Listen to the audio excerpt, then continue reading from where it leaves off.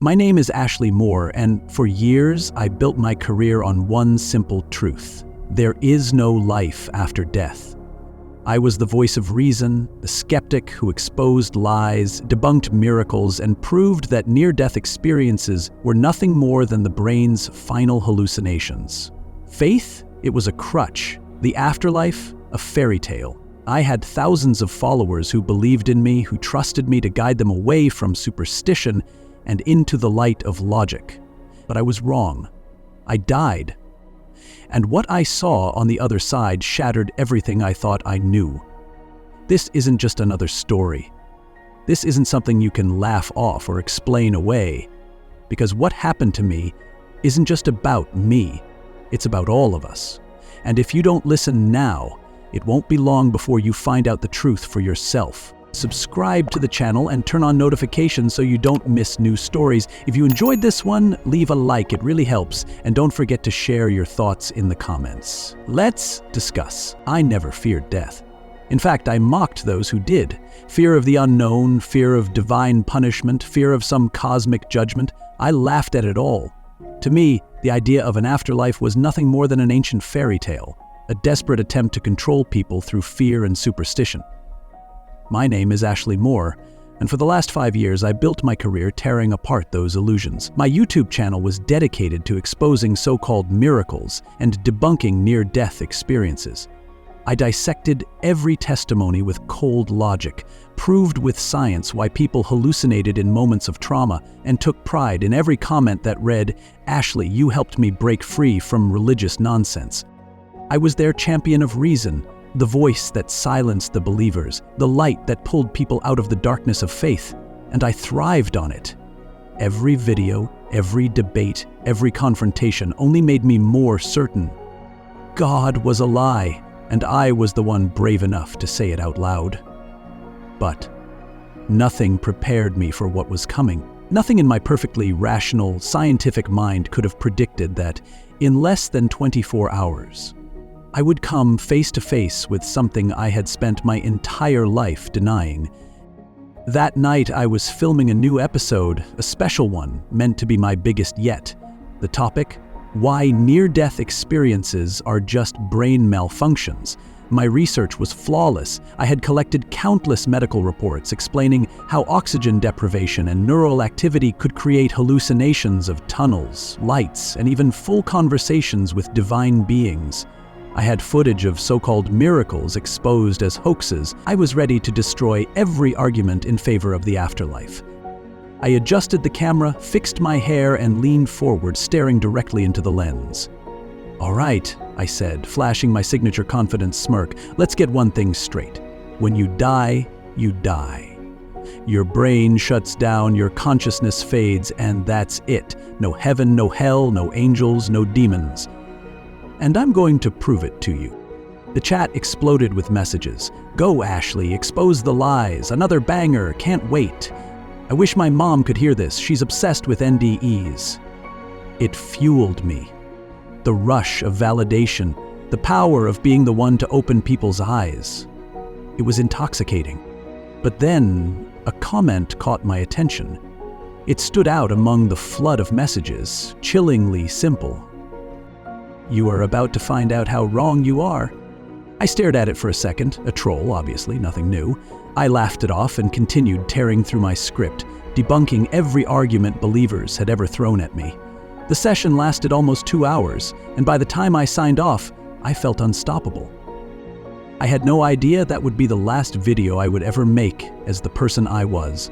That night, everything changed. I remember the rain. It was light at first, tapping against my window as I sat in my apartment, rewatching clips from the stream, smiling at how flawlessly I had crushed every counterpoint. But then, the rain grew heavier, the wind howled through the streets, and something about the night felt wrong. It wasn't fear, because I didn't believe in fear, but it was a discomfort I couldn't shake. I needed fresh air. Maybe a walk would clear my mind. I grabbed my phone and jacket and stepped out onto the balcony. The city stretched before me, lights flickering in the distance, cars rushing by below, oblivious to the storm creeping in. I took a deep breath, the cold wind biting at my skin, and that's when I noticed it. The same comment. Not just once. It was everywhere. My phone screen was flooded with variations of the same message, repeated hundreds, maybe thousands of times. You are about to find out. Ashley, it's too late. You should have believed.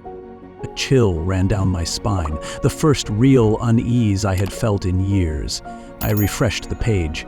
The comments were gone, vanished, as if they had never been there. I shook my head. A glitch, maybe? A hack? It didn't matter. I refused to let superstition crawl into my mind. I turned away from the view, but just as I was about to step inside, I heard it. A whisper. Right behind me. 3 words, carried by the wind, barely audible but unmistakable. You were wrong. The world spun. The air around me felt heavy, suffocating. My vision blurred for a split second, and then darkness. I don't remember falling. One moment, I was standing on the balcony, my mind racing, my heart pounding from that whisper that shouldn't have been there. The next, I was weightless. The air rushed past me, my body twisting in freefall, the city lights blurring into streaks of gold and red. Time didn't slow down like they say it does in movies. There was no cinematic reflection on life, no desperate grasp for something to hold on to, just sheer, raw terror and the deafening roar of the wind screaming in my ears. And then, impact. I should have felt pain. Every bone in my body should have shattered, my skull crushed like glass against the pavement. But there was nothing, no agony, no struggle for breath, no fading consciousness, just silence. I was lying on my back, staring up at the night sky. Rain pelted my face, cold and sharp, but I couldn't move. Not out of paralysis. No. I felt strangely weightless, like I wasn't really there at all. People started gathering. Blurred faces hovered above me, mouths moving, but their voices sounded distant, muffled, like they were speaking through thick glass. My ears caught fragments. Is she breathing? Someone call 911. Oh my God, I think she's dead. Dead. The word hit me harder than the ground had. No, that wasn't possible. I was still here. I could see them. I could hear them, even if it was distorted. I tried to sit up to prove them wrong, but my body didn't respond because I wasn't in my body anymore. A horrible realization crept over me as I turned my head, or rather, as my perception shifted. My physical form still lay there, limp, motionless, rain pooling around my lifeless skin. I saw my own face, pale, eyes half open but empty. The sight was wrong, unnatural, like looking at a photograph of yourself taken from an angle that shouldn't exist. Panic surged through me. I wasn't supposed to be here. This wasn't real. It couldn't be real. My entire life, I had denied the possibility of anything beyond death, laughed at those who believed in souls and spirits, yet here I was, watching my own lifeless body while the world continued on without me. The paramedics arrived. They worked quickly, efficiently, performing CPR, checking for any sign of life. One of them pressed 2 fingers against my neck, searching for a pulse. He looked at his partner and shook his head. She's gone. No, I wasn't gone. I was right here. I screamed, but no sound came. I reached out, but my hands passed through the people around me like smoke. My existence had become something weightless, intangible. And then the world around me shifted.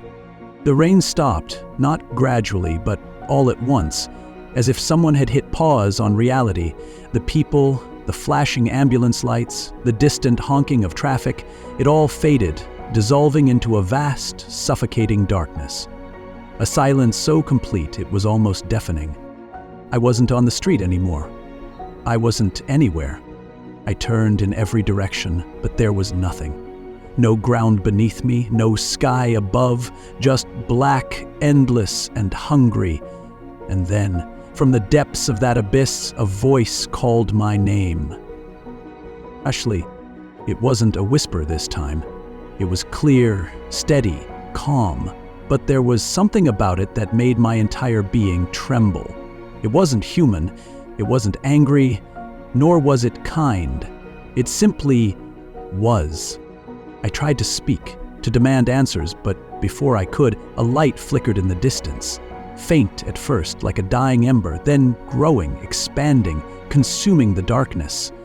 It wasn't warm or inviting, it was cold, unnatural, and something was inside it, moving toward me.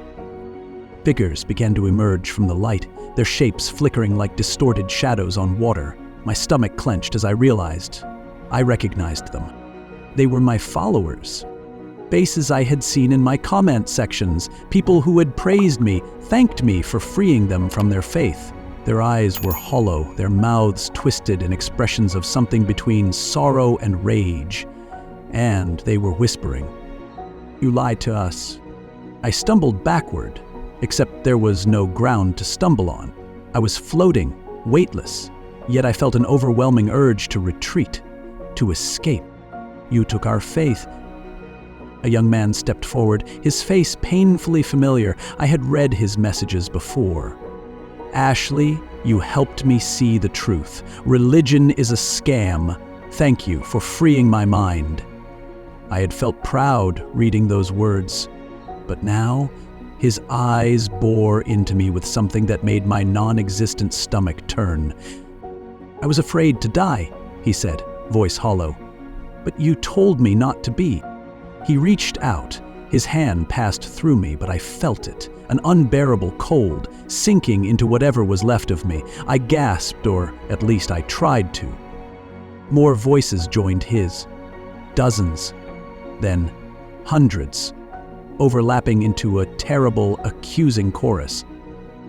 "I trusted you. You made me believe there was nothing after this. I'm lost because of you." And then a final voice cut through the others, one I hadn't heard in years. "Ashley?" My breath hitched.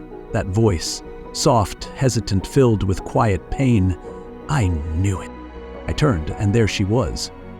Sarah, my best friend, my childhood confidant, the girl I had grown up with, who had been like a sister to me before I had torn our friendship apart.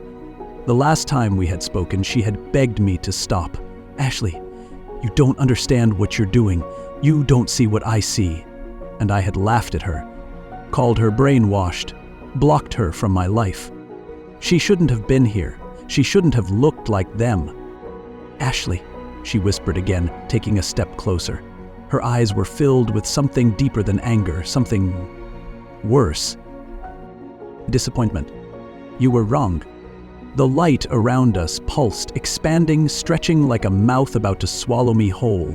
And as Sarah reached for me, the abyss collapsed. I fell, and this time there was no body to catch me.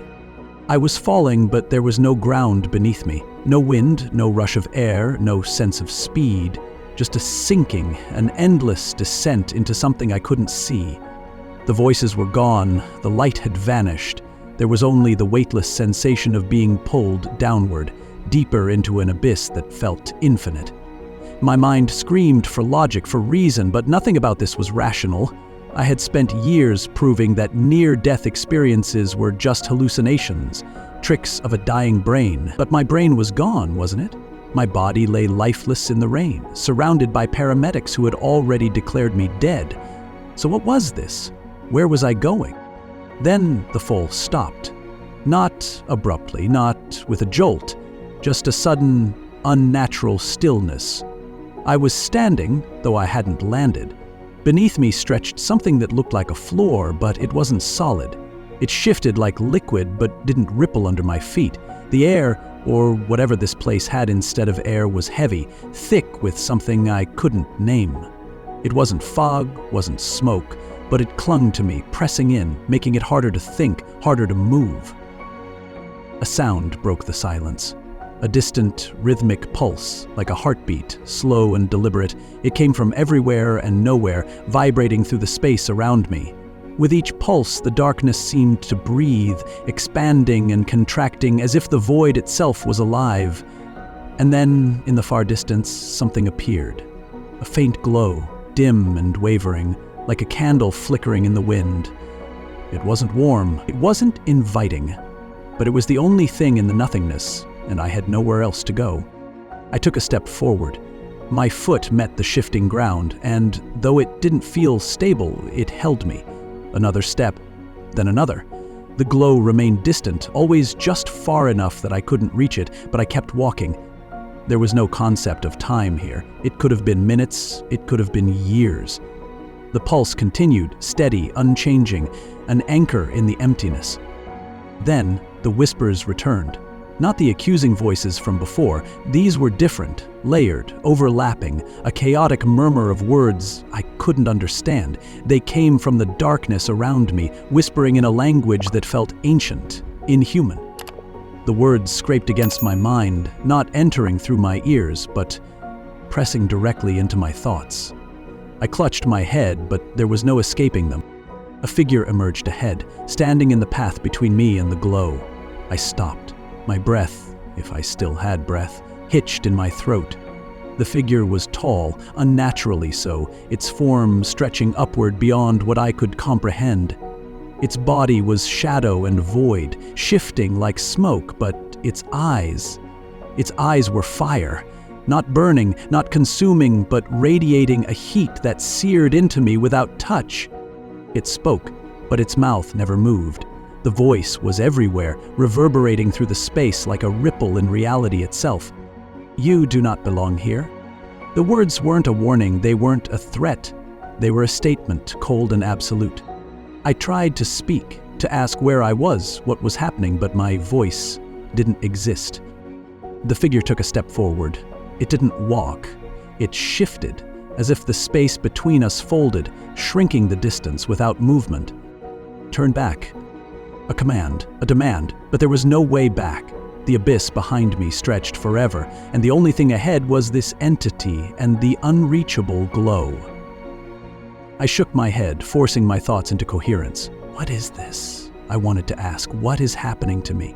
But the figure already knew my question. "You spent your life denying the truth." The fire in its eyes intensified. "Now you will see it." The glow in the distance flickered violently, then surged forward, engulfing everything. I was yanked forward, pulled through space with an impossible force. The entity did not follow. It remained behind, watching, as the world around me shattered. And then I was elsewhere. The darkness was gone.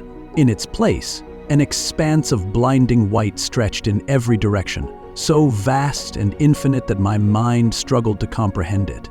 The ground beneath me was solid now, smooth like polished marble, but it reflected nothing. There was no horizon, no sky, no depth. It was existence in its purest form, empty, waiting. Then the space around me shifted, not physically, not visually, but spiritually. It was as if reality itself trembled, preparing for something beyond its limits. And then, I wasn't alone. A presence filled the space, overwhelming, all-consuming. I couldn't see it, not the way I saw people or objects, but I felt it. It was not just near me, it was in me, around me, through me, more real than anything I had ever known. It was vast beyond understanding, yet intensely personal. As if it had always known me, as if it had been waiting for me. And then, for the first time, I understood what fear truly was. Because I knew, without a doubt, that I was standing in the presence of something divine, something that I had spent my entire life denying. I stood frozen in the vast whiteness, but I wasn't alone. The presence before me wasn't just something to be seen, it was something to be felt. It was weight, it was gravity, it was a force so overwhelming that I could barely comprehend it. It wasn't like anything I had ever encountered, and yet, deep down, some part of me recognized it. It had been there all along, waiting just beyond the edges of my understanding, watching as I spent my life denying it. A voice filled the space. It didn't come from any direction, it simply was, surrounding me, inside me, as if it had been speaking to me my entire life, and only now was I able to hear it. Actually, just my name, spoken without anger, without accusation, and yet the sound of it made me tremble. This was not a voice that demanded submission through fear. It didn't need to. It carried truth, and the weight of that truth was enough to crush me. I wanted to speak, to ask where I was, what was happening, but I couldn't. My thoughts weren't my own anymore. They unraveled before me as if being pulled apart strand by strand. And then the space around me changed. It wasn't empty anymore. Images flickered into existence, fragments of my life hovering in the whiteness like reflections on the surface of a still lake. At first, they were small, distant, just moments I barely recognized. But then, they sharpened, growing clearer, surrounding me, and I saw my childhood. The first time I questioned God, the first time I laughed at someone for believing in miracles. I saw the moments that shaped me, the little victories that reinforced my certainty that faith was a crutch for the weak. I saw every debate, every argument where I had torn apart believers with logic, proving to them how foolish they were. I saw my channel, the endless videos, the countless comments praising me for saving them from ignorance. At first, it felt like validation. Look at everything I had accomplished. Look at how many people I had helped. But then, the images shifted. I saw the faces of those who had listened to me. Not the laughing skeptics, not the ones who had cheered me on, but the ones who had clung to my words as their last hope. I saw a teenage girl crying alone in her room, my voice playing from her laptop, telling her that there was nothing after death, that the comfort she sought in faith was a lie. I saw a man in his 30s sitting in the dark, rewatching one of my videos over and over again, each time sinking deeper into despair. I saw an older woman holding her hands together in silent prayer, only to hesitate, doubt creeping into her heart as she remembered my words.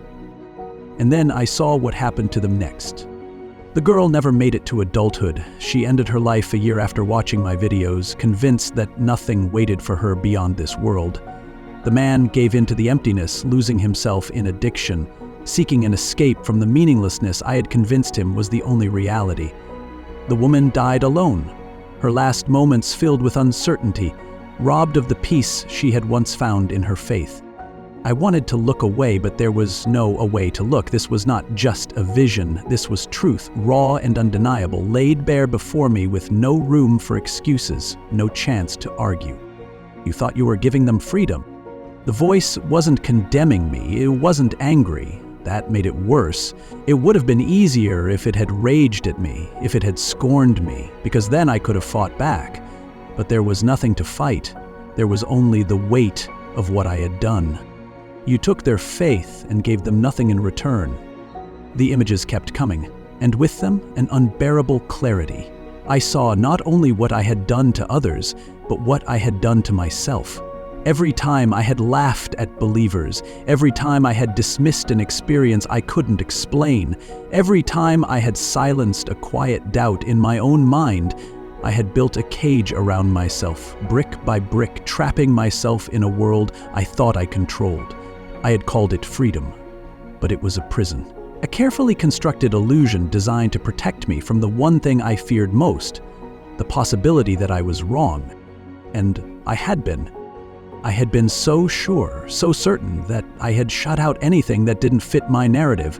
I had ignored the nagging feeling in my chest, the unease I felt whenever I heard a testimony that I couldn't fully explain away.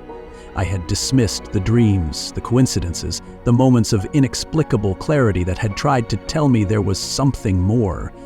I had spent my life mocking faith when all along, something had been reaching out to me, waiting for me to see. You were never alone. The words shattered me, because I knew they were true. Even in my arrogance, even in my denial, someone had been there all along, watching, waiting, loving me despite everything. Tears burned in my eyes. My entire life I had thought of believers as weak, as fools clinging to fairy tales to comfort themselves from the harsh reality of existence. But now, standing here, exposed before something greater than I could ever comprehend, I realized that I had been the fool.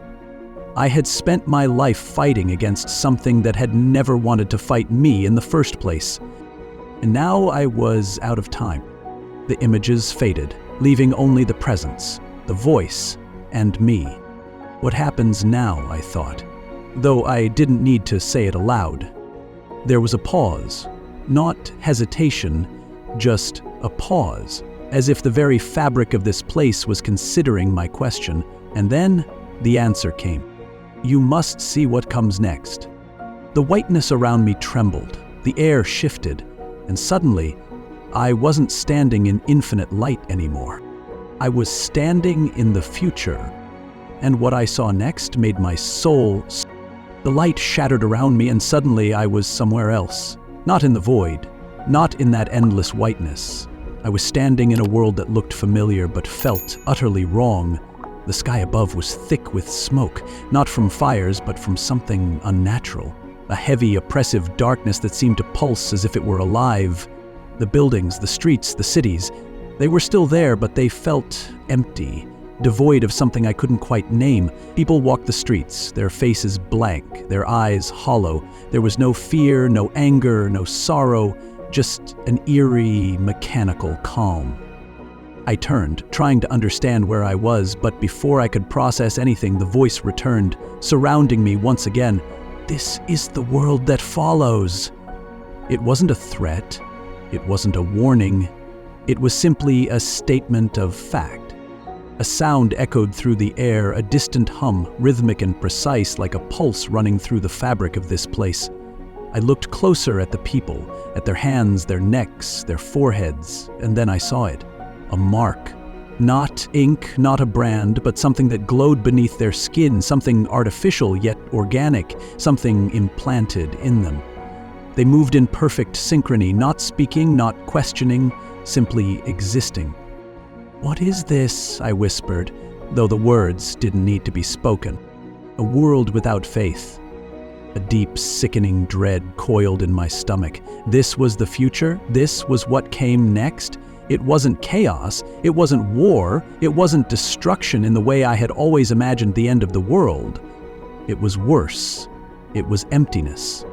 I watched as a man approached what looked like a store. There was no cashier, no exchange of money. He placed his hand on a panel, and a soft beep echoed in the still air. A drone emerged from behind the counter, handing him a neatly packaged meal. He didn't react. He didn't acknowledge it. He simply took the food and walked away, his movements robotic, devoid of choice. I turned to another scene. A family in a home, gathered around a table but not speaking, not laughing, not connecting. Screens surrounded them, flashing images that they absorbed without blinking. A child looked up at his mother, a flicker of something human trying to surface in his eyes, but before he could speak, the glow beneath his skin pulsed, and the moment was gone. His face returned to that same blank expression, and he turned back to the screen. "This isn't possible," I murmured. "People wouldn't accept this. They wouldn't just let this happen. They already have." The voice didn't come with anger, but the weight of its truth hit me harder than any accusation. I was shown more. The churches were empty, not because they had been burned or banned, but because they had been forgotten. Faith wasn't outlawed. It had been replaced. People no longer needed hope because they no longer needed anything. They had comfort, they had safety, they had control. And in return, they had given up the only thing that made them truly alive, their souls. And then I saw the alternative, the outcasts, the ones who had refused. They lived in hiding, in the shadows, disconnected from the system that governed the rest of the world. They were hunted, seen as dangers to progress, but they felt real. Their eyes were filled with something the others lacked. Fear, yes, but also love, also purpose. They held onto something greater than themselves, something unseen but powerful. Faith. My breath caught as I watched a scene unfold before me. A small group gathered in a dimly lit room, whispering prayers, clutching worn Bibles, their hands grasping each other in silent solidarity. They had nothing, no home, no security, no guarantee of survival, and yet they had everything. They had something that the others, the ones who had accepted the mark, had lost. I turned back to the world I had once recognized. The sleek, ordered cities, the seamless technology, the illusion of peace. I had spent my life thinking that belief in God was a hindrance to progress, that humanity didn't need faith, and yet in this future, in this world where faith had been erased, I saw nothing but an endless void, a world where people were no longer truly people. And then came the final choice. You were given influence, you led many here, but now you have seen the truth. What will you do with it? I didn't need to ask what it meant. I understood. I could stay, fade into whatever this place was, dissolve into the nothingness I had once preached as the only reality, or I could return, go back to the world of the living. But if I did, I wouldn't return as the person I was. I couldn't, because I had seen, I had known. I had spent my life fighting against something that had never been my enemy, and now I was being given a second chance. The presence surrounded me again, not forcing, not demanding, only waiting. The choice was mine. I took one last look at the world I had helped shape with my words, at the soulless future I had unknowingly supported. And then I made my decision. I gasped for air, and for the first time in what felt like eternity, I felt weight. My chest burned, my limbs were heavy, my skin ice cold. Sound flooded my ears. Voices shouting, machines beeping, the hum of fluorescent lights overhead. I wasn't in the abyss anymore. I wasn't in that empty world of blank-eyed people or hiding among the few who still clung to faith. I was back. Panic surged through me before I could stop it. My fingers twitched, then my arms. Something was in my throat. A tube? My lungs convulsed, and suddenly hands were on me, voices calling out, "She's awake! She's awake!" Shadows moved around me, doctors, nurses, their faces flashing in and out of focus. I wanted to scream, to tell them I had seen too much, that I couldn't be here, that it wasn't over, but my body wasn't listening. I felt trapped inside myself, locked in flesh that no longer fit. The world outside my mind rushed in too fast. Questions, procedures, doctors asking me if I knew where I was, a hospital. 3 days had passed since my accident. 3 days. I had been declared clinically dead. No brain activity, no heartbeat. They were about to disconnect me from life support when, without warning, I breathed. My vitals had returned to normal as if nothing had happened. A miracle, one of the nurses whispered when they thought I couldn't hear. A miracle.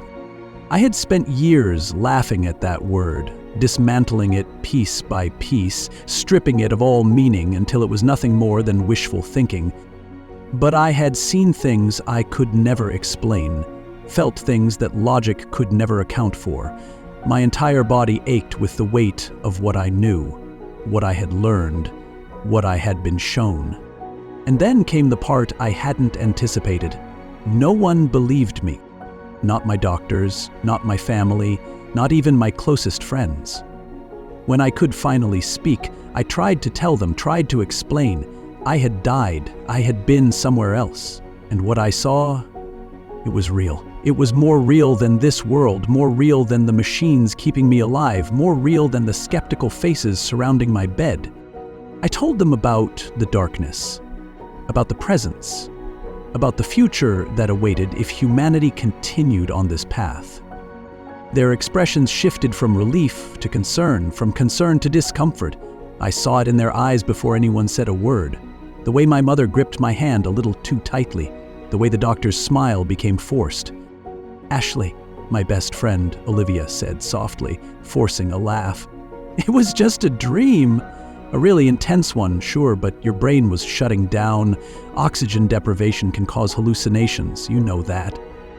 I wanted to argue, to remind her that I had built my entire career explaining away near-death experiences, and yet this was different. It wasn't a dream. It wasn't neurons misfiring. It wasn't the result of chemicals flooding my brain in its final moments. But I could already see that nothing I said would change her mind. Or anyone's. To them, I was delusional. A woman traumatized by her own near-death, grasping at meaning in the void. A tragic irony. The skeptic who had spent her life dismantling faith, now clinging to some desperate fantasy to cope with what had happened. I thought the hardest part would be surviving. It wasn't. It was returning. Because I had come back with a truth so massive, so terrifying, so urgent, and no one would listen. I wasn't ready for this. I had spent years convincing others there was nothing after death. Now I had to convince them that there was. The comments on my return video were even worse. I had been gone for days, and my followers had been waiting. When I finally spoke, when I finally told them everything, they turned on me. Wow, didn't expect Ashley to go full conspiracy mode. This has to be a joke. No way. Sad to see another rational mind get lost in delusion. Unsubscribed. They called me crazy, a fraud. Some said I had done it for attention, for views. Others thought maybe I had sustained brain damage from the accident. And the worst ones, the ones that made my stomach twist, were the ones that said, "Ashley, thank you for everything. Your old videos helped me finally accept there's nothing after this life." I wanted to scream at them, shake them, make them understand, but how could I blame them? I had spent years crafting the exact logic they were now using against me. I had built a wall so high between them and the truth, and now, even as I stood on the other side, no one would follow me through. I was alone. I sat in my hospital bed that night, staring at my reflection in the dark window. I looked the same eyes, the same face, but I wasn't the same. I would never be the same again. Then, just as I was about to turn away, I saw it. A message. Not on my phone, not on the screen, in the glass. 3 words. Faint, almost imperceptible, as if traced in condensation by an unseen hand. This is only beginning. I felt my blood run cold, because deep down, I already knew. I hadn't returned just to tell my story. I had returned because something was coming, and I was running out of time. I left the hospital 2 days later. They said I was a medical miracle, that no one dies for 3 days and comes back without brain damage, that I should be grateful, I should be happy, but I wasn't. I walked out into the world knowing something no one else did, something no one wanted to hear. My phone had exploded with messages, calls, interview requests. Everyone wanted to know how it felt to die, but when I told them the truth, they laughed. The same audience that once praised me for my logic now mocked me for my delusions. My subscriber count plummeted. Friends stopped answering my calls. My name started appearing in forums. What happened to Ashley Moore? Mental breakdown? Brain injury? Hoax? They wanted an explanation that fit their version of reality. I could have lied. I could have told them it was just a hallucination, played it off as the brain's final trick before shutting down. I could have salvaged my career, kept my life intact. But I knew the truth, and once you know, you can't go back. I recorded my final video in the middle of the night. Just me, sitting in the dark, the only light coming from my laptop screen. My voice was steady, but my hands trembled. I know most of you won't believe me. I wouldn't have believed me either. I spent my entire life proving why experiences like mine weren't real. But I was wrong. I was so wrong. And if you don't listen now, it won't be long before you find out for yourself. I told them everything. About the abyss, about the presence, about the future that was coming, about the choice that every single one of us will have to make. I told them that I didn't come back for myself. I came back to warn them. I stared into the camera, letting the silence stretch, letting them feel the weight of what I was saying. You don't have to believe me. You can call me crazy, you can unsubscribe, you can forget you ever heard this, but one day you will stand where I stood. And when that moment comes, when you hear that voice, when you see what's waiting on the other side, will you be ready? I ended the recording. I didn't check the comments. I didn't wait for the backlash. I just closed my laptop and sat there, listening to the sound of my own breathing. I had done what I came back to do. The rest was up to them. Outside, the wind howled through the empty streets. Somewhere in the distance, a siren wailed. A storm was coming, and I knew this was only the beginning.